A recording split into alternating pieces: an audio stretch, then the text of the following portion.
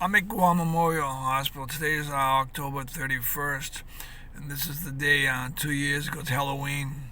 2 years ago that Asher left us, and I came up here. His time of death is 7:16 a.m. So I came up here with a sign to show what happened to him and to be here at 7:16 a.m. And to light a candle at that time. I'm surprised the security guards didn't try to stop me because they weren't all that friendly. But I think people ask, why am I doing this? I'm never going to make any changes? It's a good question because it's almost impossible to make changes in some of these things in Guam because everyone is connected.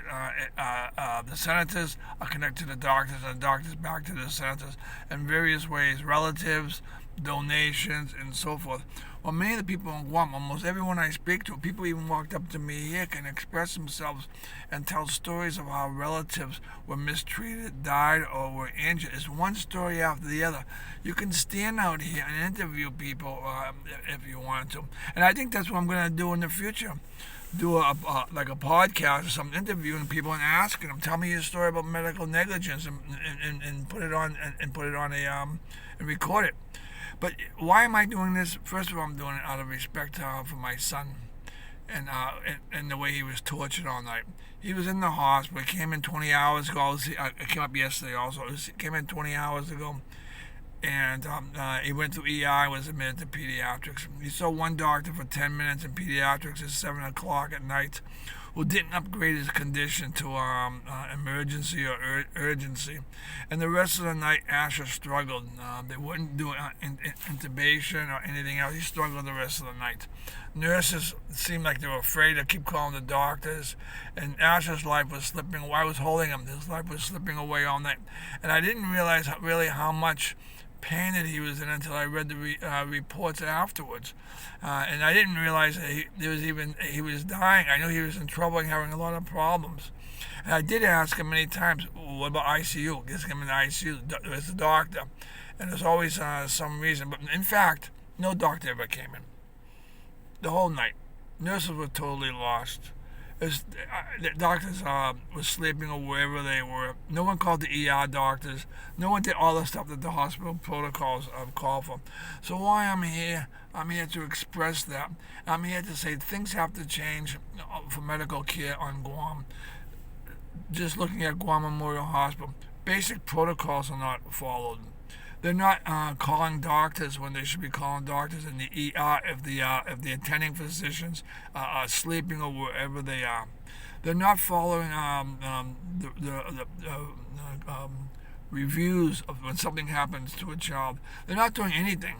It's almost, I've been in provincial hospitals in the Philippines and in China and in the Dominican Republic and other places in provincial hospitals. Many places they have almost no money, but staff is always there. Doctors are always coming in and out. For some reason, the doctors here think they're above that.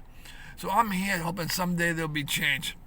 I think because of the I like to call it the mamåhlao factor. Mamåhlao, meaning a lot of people are too embarrassed or too ashamed to come out and stand out here and to express themselves and talk about what happened to their family members, or hold signs, or hold the legislature responsible, and to hold the doctors responsible. Who, by the way, if they make a mistake, you as a taxpayer pays for it. Many people won't do that. Maybe it's part of the culture. I don't know. People can't speak. A lot of people here from other islands that can't speak the language. I don't know. But people won't stand up, and this is what perpetuates the problems at Guam Memorial Hospital. And then the legislature gets to go, oh, we need to fix the hospital, we need to fix the roof, and we need to fix the electricity, maybe build a new hospital, and maintenance problems.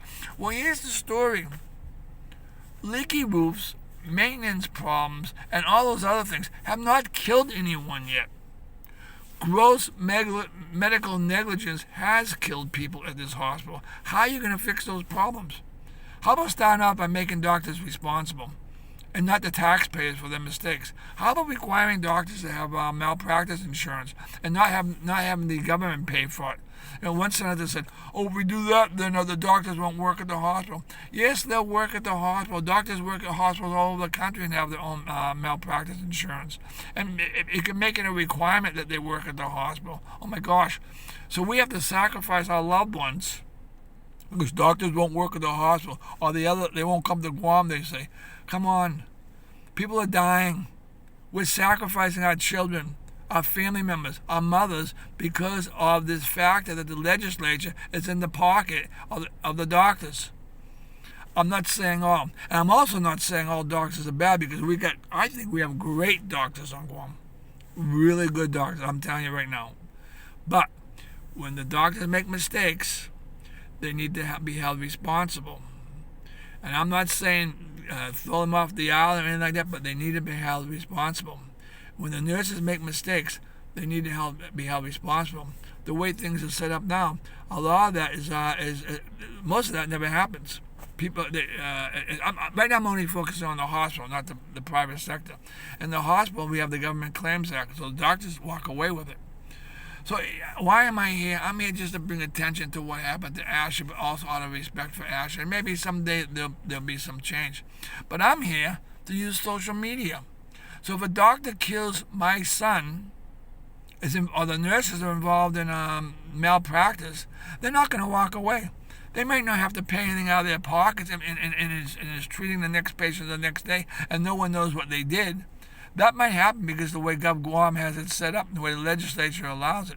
But social media, I'm putting their names out there. I'm saying who they are. And if you are a patient at any clinic on Guam or the hospital and have had a relative injured or died, you need to hold a sign in front of that clinic with the doctor's name on it. And you know what? I'm there with you. And I think we need to have other people. That's the only way we're going to have changes. Because right now, mamåhlao factor. People won't go out and hold signs in front of the clinics. Their kids die, their family members die, they know the doctors were negligent, they know it happens at Guam Memorial Hospital, but people just walk away.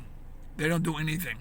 They don't know what to do. The law's against them. The legislature is against them.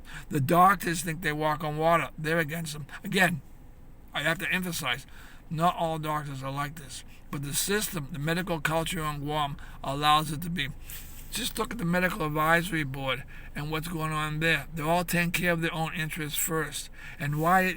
And they're talking about the COVID cases, which is a big concern. But what has happened? What has that Medical Advisory Board have done?